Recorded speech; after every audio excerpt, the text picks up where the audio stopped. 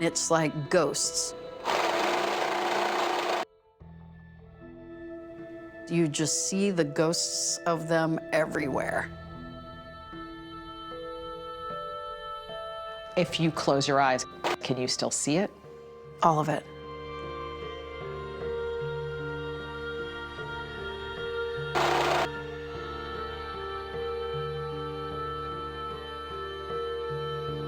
The focus of the case is Breea Renee. She was living with her daughter, Breea. They were living in a kind of a secluded house. Does it feel like 22 years? Sometimes it does. Sometimes it feels like a lifetime ago. Sometimes it feels like it was last week. I asked the FBI to take Michelle back to the house to help reconstruct probably the most traumatic night of her life. We came in the door, I put the groceries away, went in the kitchen. Michelle was a single mom. She was a bank manager, somebody who worked hard to gain a job of position of trust and respect. It had been such a long day, and I was just excited to be home with Breea. We were on the couch. It was just the two of us. I was sitting here, she was right beside me, and we were playing Game Boy. A group of individuals put Michelle under surveillance knowing she was a bank manager, and they devised a plan. And we just heard this huge, the sound, just the biggest noise from behind us. And I turned to look and just saw 3 people. They were all lined up, one right after the other, just rushing in, running in the door.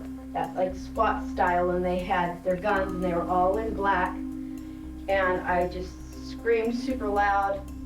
My daughter screamed super loud. At that point, my daughter took off this way, but 2 of them came to me, put guns in my face. One guy grabbed me back of my head, forced me down in front of the couch that was right here. They bind her up with duct tape. They put her 7-year-old on the ground and bind her up with duct tape. And they tell them that if they don't cooperate, they're gonna be killed, they're gonna be shot. Okay. They let me turn around and see my daughter laying face down on the floor, right here by the door. Face down with her hands tied and her feet tied. Right there on the ground, I heard my daughter say, "Are you gonna kill my mommy? And are you gonna kill me?" And they said, "No, not if your mommy does everything that we tell her to do." They said, "You're gonna rob the bank for us, or we will kill you, and your daughter will be first."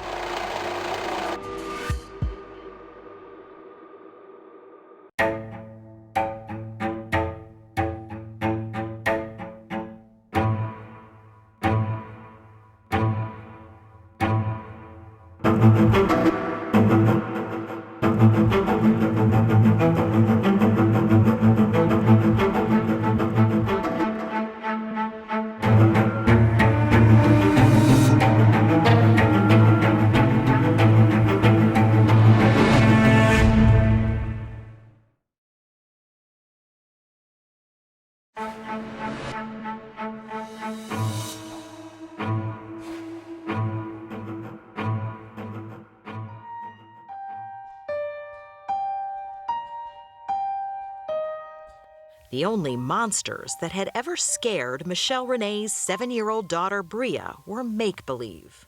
But on November 20th, 2000, just a day before 3 masked men broke in, She calls me, "Mom, there's somebody outside the window." I looked out there, I didn't see anything, I didn't see anybody, so I just brushed it off.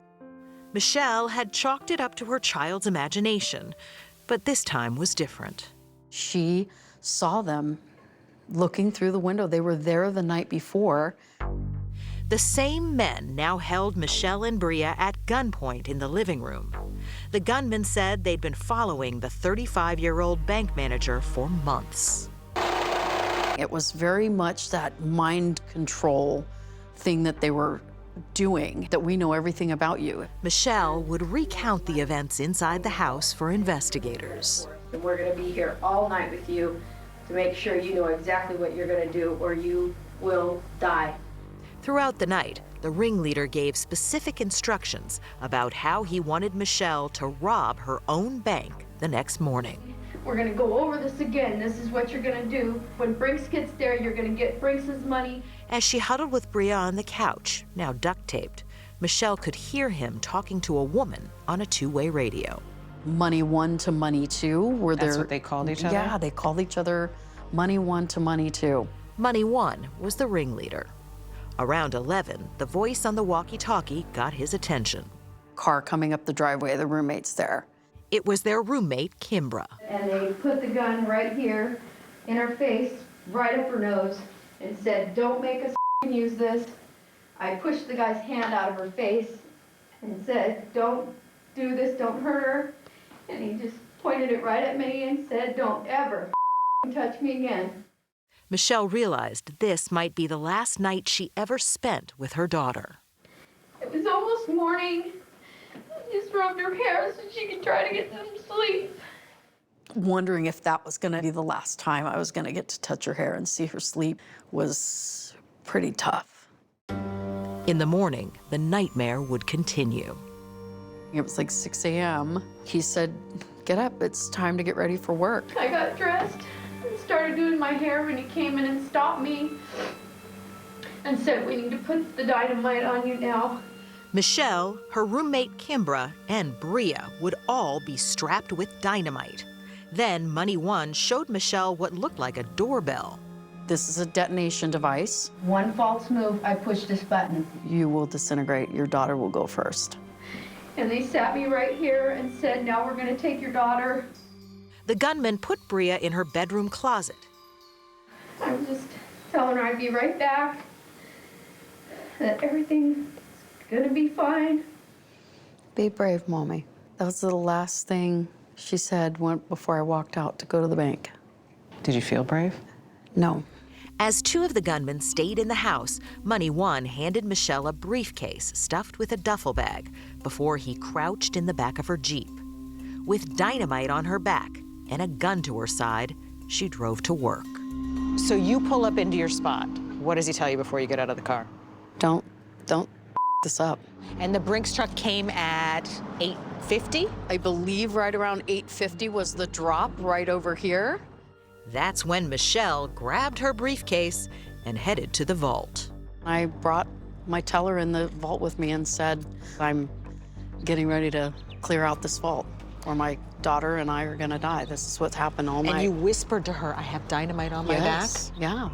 I whispered, I pulled my shirt up. And then you just opened up the duffel bag and started shoveling in money? I did. My heart was racing. Am I fast enough? Michelle's colleagues would alert the authorities, but not before she walked out with $360,000. Just get to the Jeep, hurl it in the Jeep, And go. and just do what's next. Money 1 directed Michelle to get out a few blocks later. And that I would find my Jeep down the street. She found her car and raced home. I don't know if Breea's gonna be there. I don't know if she's gonna be alive when I get there. And I went to open the door and I was just screaming and hello, hello. It was eerily silent. And I just heard Breea, and I remember screaming, "We're back here, we're back here." Breea was still in the closet, right where Michelle left her. What was that like to hear and see her? Oh my gosh. She was alive. I did it. We did it. We didn't die. Probably the happiest moment of my life. But then I could still see the panic on her face. The dynamite's still on me. Before leaving, the gunmen had ripped the dynamite off of Kimbra and Breea, so they cut it off of Michelle's back before running to the nearest neighbor. I opened the gate, went down the hill real fast, helped them up to the house. Rick Brown lived up a steep hill. I called 911 right away. Sheriff's Department, can I help you? Yes, some neighbors of ours were held hostage. I need somebody out here right away. Soon, the place was crawling with investigators from the FBI, San Diego Sheriff's Department, and the bomb squad. This is the dynamite that was taken off of Michelle. San Diego prosecutor Tom Manning would lead the task force investigating the case. They quickly figured out the dynamite was fake. They realized that it actually is 2 painted dowels or broomstick handles. But as you can see from a distance in the lighting, plus it's on your back with the stress of the situation, you're not going to take a chance that it isn't real. But during the very real 14 hours they were held hostage, Michelle had held on to any detail that might help identify the attackers. Remembering details is just sort of this part of my DNA about people. That was kind of my superpower. Details like Money One's eyes. When I turned the light on to go to the bathroom, and I saw his eyes in there, I said that those eyes were at my desk. Those eyes were at my desk today. Oh my God. Michelle says it was a man with whom she'd had an odd encounter at the bank hours before being taken hostage.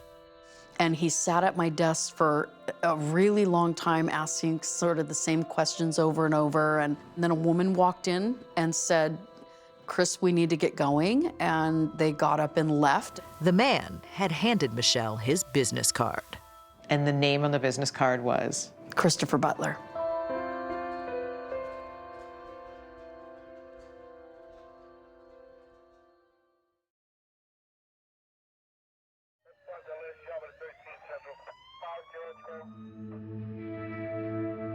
After hours of police questioning, Michelle and Breea were sent to a hotel. Michelle called her brother Dave. It didn't sound like her. It was someone, heavily traumatized. Dave, who lived 3 hours away, rushed to his sister's aid. What I saw when I opened that door, it scared the daylights out of me. "Are you okay?" And she would shake. How about Breea? Same thing. In the days ahead, Michelle struggled to hold it together for her daughter. She was the strongest person for me. While investigators wanted answers. They grilled her about that odd encounter with Christopher Butler. Why was he in the bank? What was he saying he was there for? He came in to say that he was a potential client and that he wanted to talk about investments. Before Butler handed Michelle his business card, a woman he introduced as Lisa came in and whisked him away. "Hey, Chris, we need to go." It was the same voice Michelle says she heard later that night on the walkie-talkie. I kept saying it over and over. Check my desk, Check get that my card. desk, get that card. I know that it's them. Through that card, they started the investigation. The FBI soon discovered Butler was a convicted felon with a history of robbing banks. They figured out where he was staying, and then the team that I worked with set up surveillance. Butler and his fiancée, Lisa Ramirez, lived in a house just a few miles from the bank. Some of the people in the house were telling the police who was there when they planned it. Within days, detectives identified the 2 other men. Christopher Huggins. And he was a big guy, maybe 6'4". He's gang ties. And the man who'd held a gun to little Breea, a gang member called Bones. Real name, Robert Ortiz. Ortiz was a connection who got the guns. On December 1st, they decided to arrest Butler and Ramirez during a traffic stop. In the glove compartment was a weapon. It's actually a BB gun. If you look at that in a stressful situation, that looks as real as it can get. What'd they find when they pumped the trunk? Plethora of evidence. All this. All this. They found the black bag that Michelle described the money being carried in, several pairs of black gloves, and a homemade ski mask. Oh yeah, look at the eye holes there. Yeah. That they clearly cut themselves. Michelle's credit cards were all found in the trunk of the vehicle. And then, of course, the money straps from the bank. Also in the trunk, that doorbell detonator. And there was even more at the house. They found all the ingredients to make the fake bomb. There were broom handles, which were cut up into small dowels, which actually were used in making the fake dynamite. They also recovered the actual spray cans. Ramirez's fingerprint was on one of those cans. It was crazy. I've never seen that much physical evidence left at a crime scene. They thought they'd gotten away with it. Yeah. One thing investigators didn't find on Butler and Ramirez, any of the bank's $360,000. But after arresting Huggins that same day, they did recover $93,000 of the cash that he'd stashed away. Huggins confessed and said that he'd already spent several grand on a trip to Vegas. The fourth suspect, Robert Ortiz, was on the lam. When authorities arrested him 3 months later in Wisconsin, Ortiz still had $32,000 of the bank's money and gave a full confession. Did Huggins and Ortiz's confessions corroborate each other? Yes, very much so. So did Huggins and Ortiz's confessions corroborate what Michelle had told investigators? Yes, almost identical. Butler denied everything, even when confronted with direct evidence. His thumbprint on the fake dynamite sticks. And we got fingerprints that are yours that link you to the bank robbery. I doubt that because I wasn't involved in the bank robbery. He tried to protect Lisa. Lisa wouldn't have been involved with that. But Lisa was about to start talking. She admitted she was the female voice on the walkie-talkie. She even took credit for the idea to use fake dynamite and kidnap the bank manager. Honestly, whose idea was about 8 months ago. Jokingly, mine. Lisa said they'd split the money 3 ways, but that her and Butler's share, more than $100,000, had been stolen. And to everyone's surprise, she said Michelle was in on the plot. They had told me that Michelle lady was helping them. Walked out of that thinking, okay, Lisa's the mastermind behind all this, and is it possible Michelle's involved? Manning says ultimately he knew Michelle was innocent. The first time I interviewed her, she had Breea with her, and I saw that bond and relationship, and when she left, I went, she's not involved in this. But that wouldn't be enough in court. San Diego County Sheriff's detectives Rudy Zamora, Dale Martin, and Randy Demers would have to rule Michelle out as a suspect. Every time we pushed a button, she would react in a way a true victim should. They recreated the dynamite packs and strapped them on Kimbra, Michelle, and Breea. She was very upset. And Michelle was emotional when asked to revisit the horrific details of the kidnapping. And then I had to put her in there and they shoved the closet.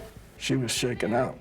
I thought she was gonna have a nervous breakdown. When Michelle did those reenactments, were her story, Kimbra's story, and Breea's story consistent? Yes, completely consistent. In fact, investigators couldn't find any evidence Michelle was involved. Still, they worried.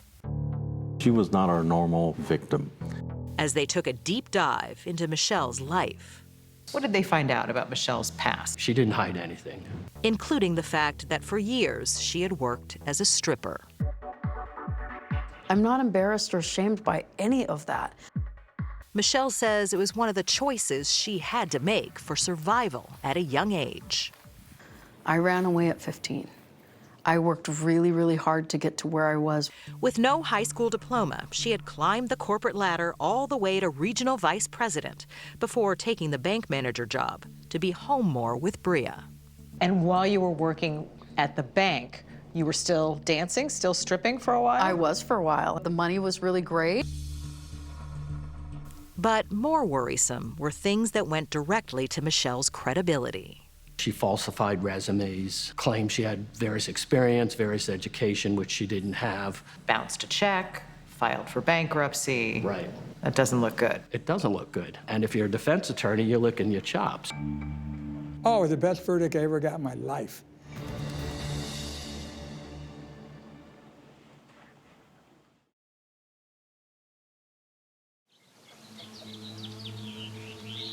By spring of 2001, the suspects were in custody awaiting trial for kidnapping and bank robbery charges.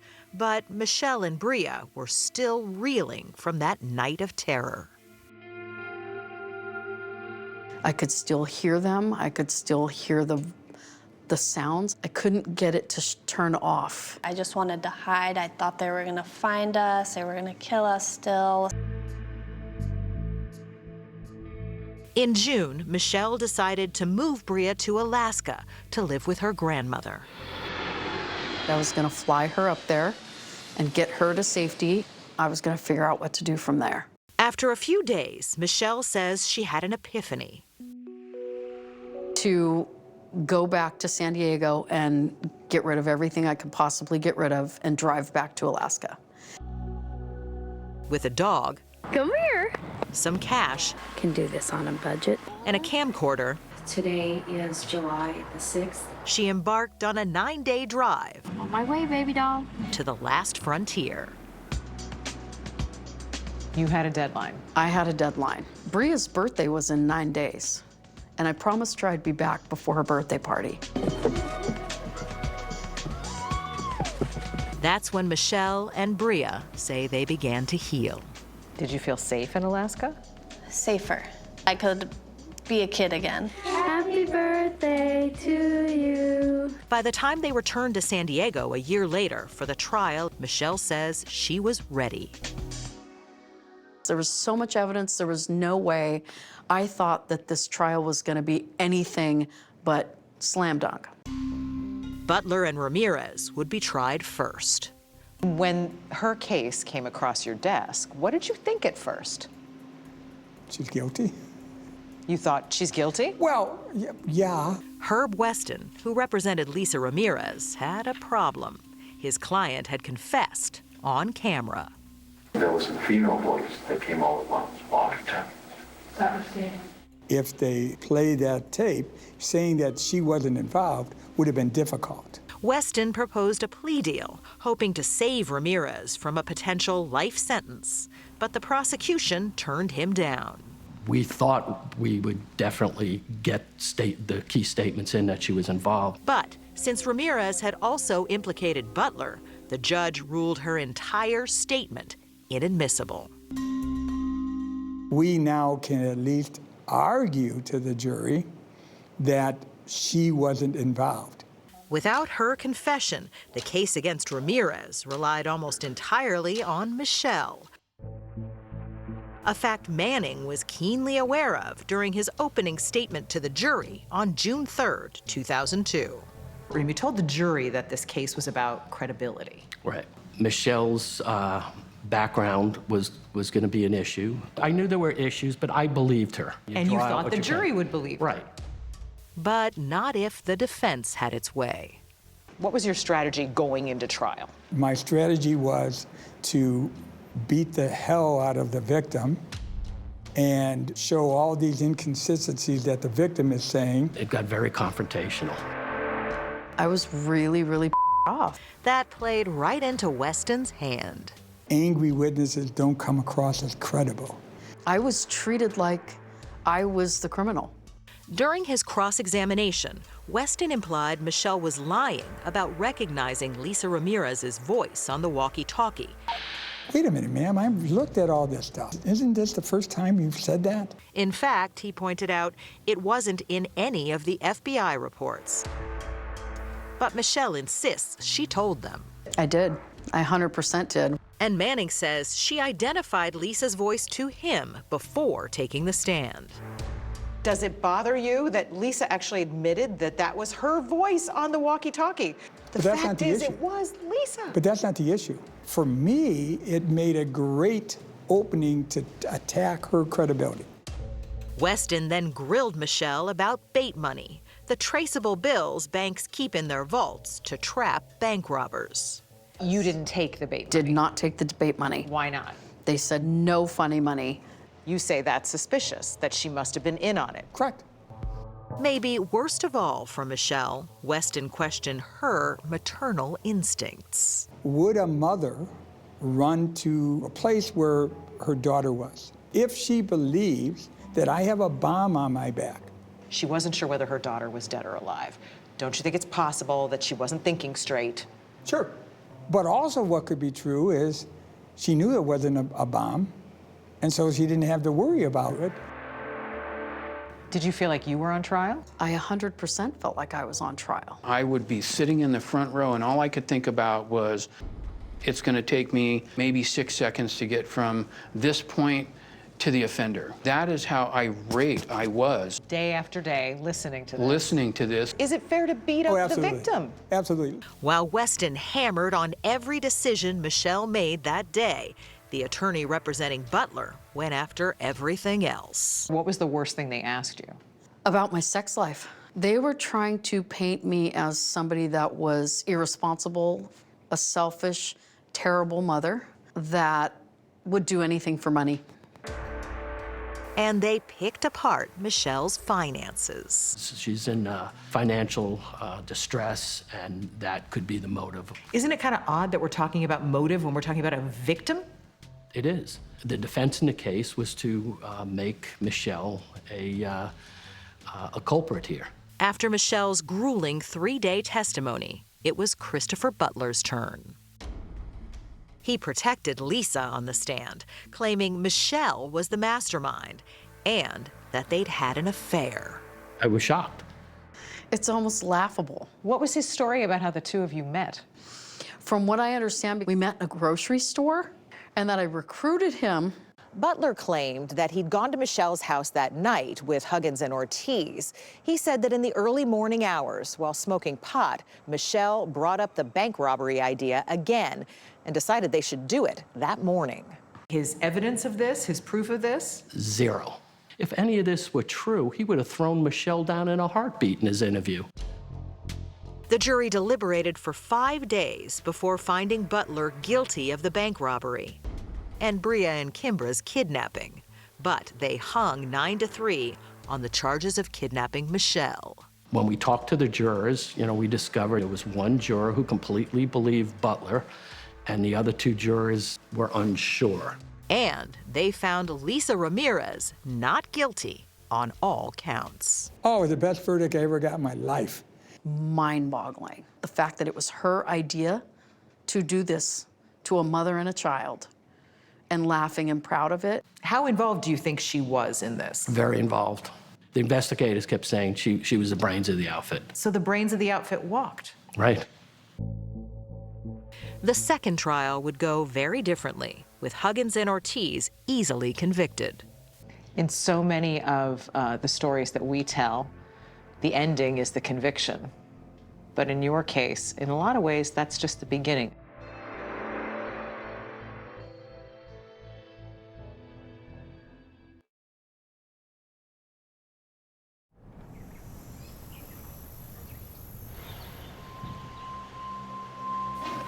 Alrighty, is it working? Yes. If you close your eyes, can you still see it? Okay. All of it. I can still see all of it. Even though the men who had terrorized them were now serving multiple life sentences, Michelle and Breea would never be the same. There's aspects of that night that are gonna be with me for the rest of my life. They were treated for post-traumatic stress disorder for over 2 years. They had their guns. Michelle says dealing with the break-in led to a breakthrough. It was 2 choices. Call them monsters and stay angry and blame everything in my life on them, or I can take this other road. The best thing I could do for Breea is to be an example. Enjoy the book. Michelle wrote a book, which was made into a TV movie. And she and Breea went on speaking tours to discuss their experience with trauma. A lot of people coming out of this would want to just forget about it, put it behind them. But you and your mom talked openly about it. Yes, and I think it was the best decision for us. We're speaking out about our experience. I was showing people that it's not always the end-all be-all when something bad happens to you. You can come out of it stronger. 1 up, 2, 3, 4. And by 2011, she really turned the corner and started enjoying her life again. the girl who had hidden from everything was a high school senior and competitive cheerleader. She loved it. It was her absolute passion. You're thriving. You're living the dream. You said you dreamed of this. You were living the dream. I was. Then, suddenly, senior year in December, I started feeling a little off. I was dropping things. Showed up at my work at 6 o'clock, dragging her leg, going, "Mommy, something's really wrong. Something's wrong. I don't know what's happening." I said, "Mom, I'm really scared." They had no idea Breea was in for the fight of her life. We rushed her to the hospital, and they started pricking her leg, and she couldn't feel it. And her heart rate started going crazy. Oh my gosh. By 8 p.m. that night, I was paralyzed on my left side, couldn't talk, couldn't swallow, blind in my left eye.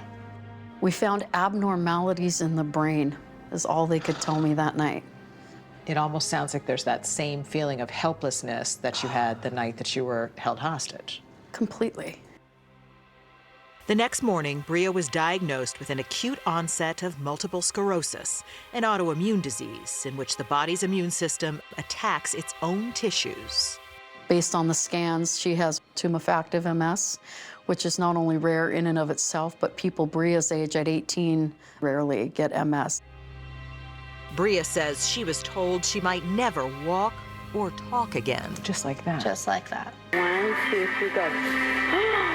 My life just ended again. I was 18, trying to go off to college, do cheer in college, and that was never gonna happen for me. So much of your healing had been talking, and now you couldn't talk? No, I couldn't talk. Okay. I couldn't feed myself anymore. She had to relearn all of that. Up, good. But it was as if they'd been training for this for years. Do you think in some way what happened to you when you were 7 prepared you for battling MS? Yes, I think it made me strong enough to go through what I went through with MS. It was, here we go again. Here we go again. Breea would spend 6 weeks in the hospital. 2 to 3 times a day of physical therapy, occupational therapy, speech therapy. After she could talk again, she turned to me and said, "Kidnapping was a piece of cake compared to this." Do it again. And just as with the kidnapping, Breea wanted to inspire others.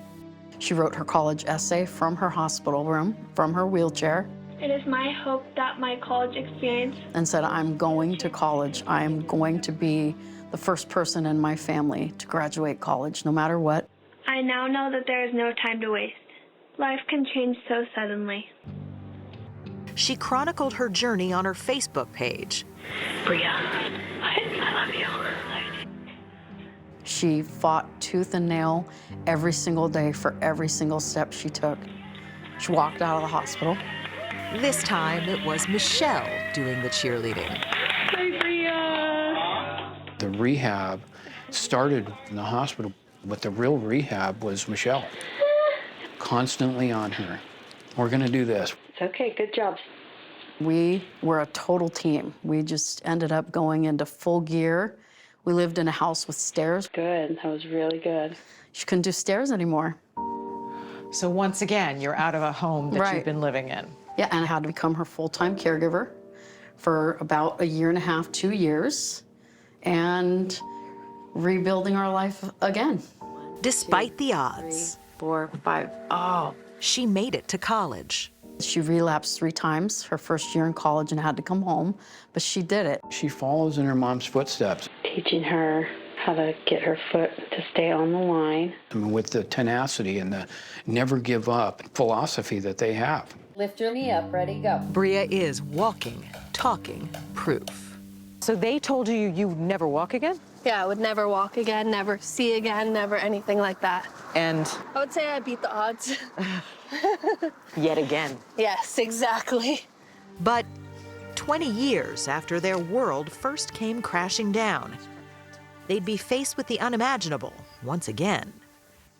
Christopher Butler could be released.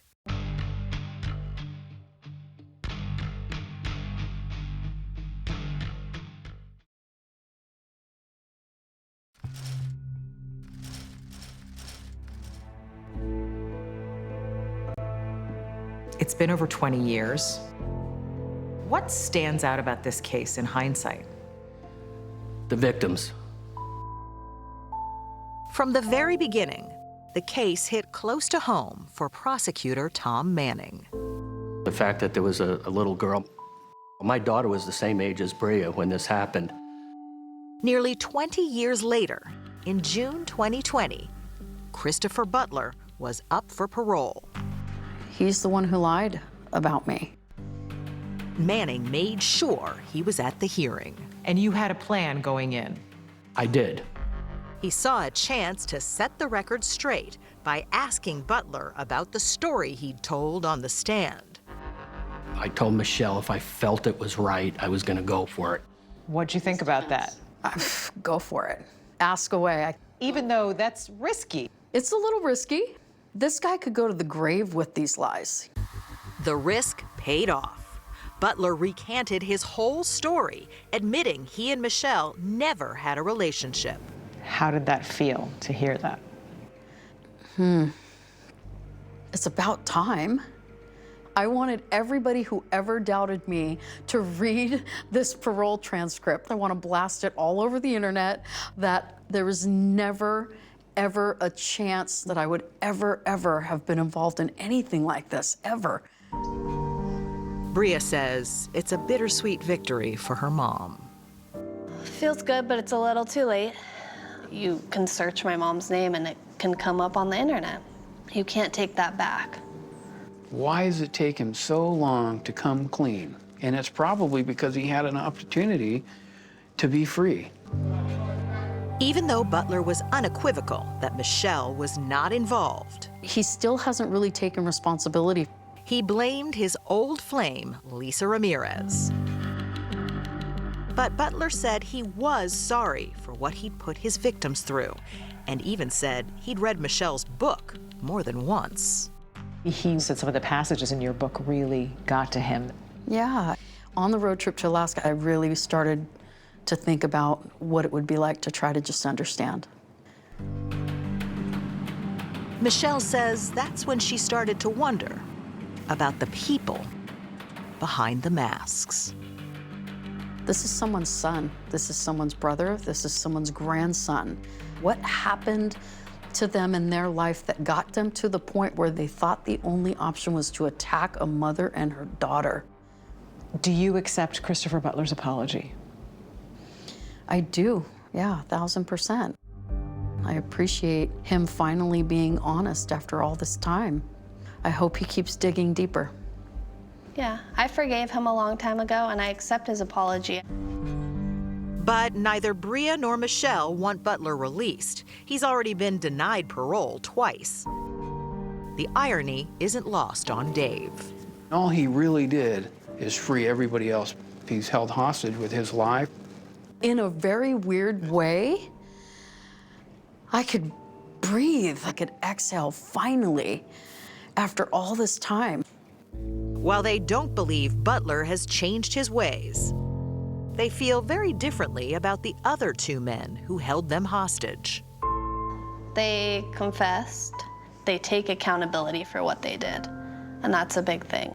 Are you actually rooting for these guys to succeed at this point? Yes. They were younger than what I am now. If they are doing the work, I want nothing but the best for them. Especially Robert Ortiz.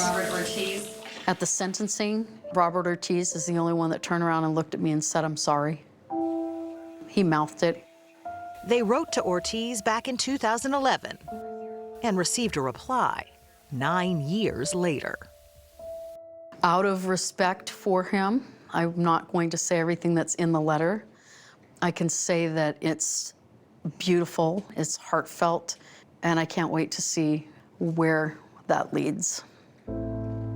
This is the young man who held a gun to your daughter's head. Yes. And she spoke at his parole hearing in his favor. There's my puppy. We're road tripping. In the meantime, Michelle has written a follow-up book. So, we're on our way?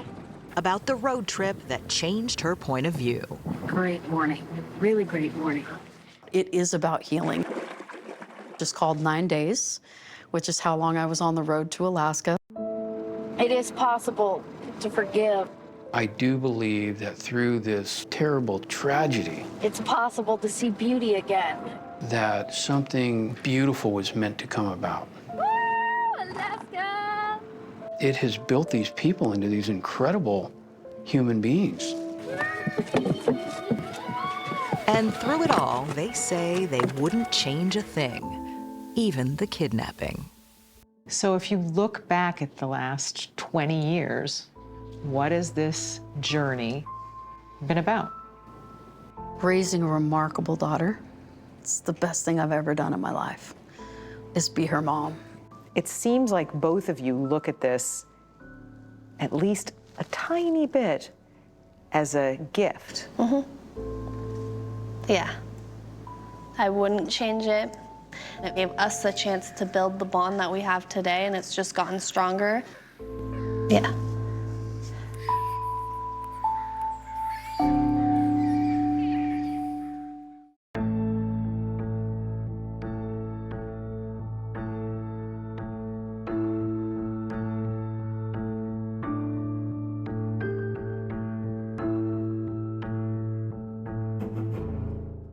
I can only describe it as evil, something horrible. From 48 Hours, this is Trained to Kill, the dog trainer, the heiress, and the bodyguard. He couldn't control his obsession. Who was the hunter and who was the hunted? Follow and listen on the free Odyssey app or wherever you get your podcasts.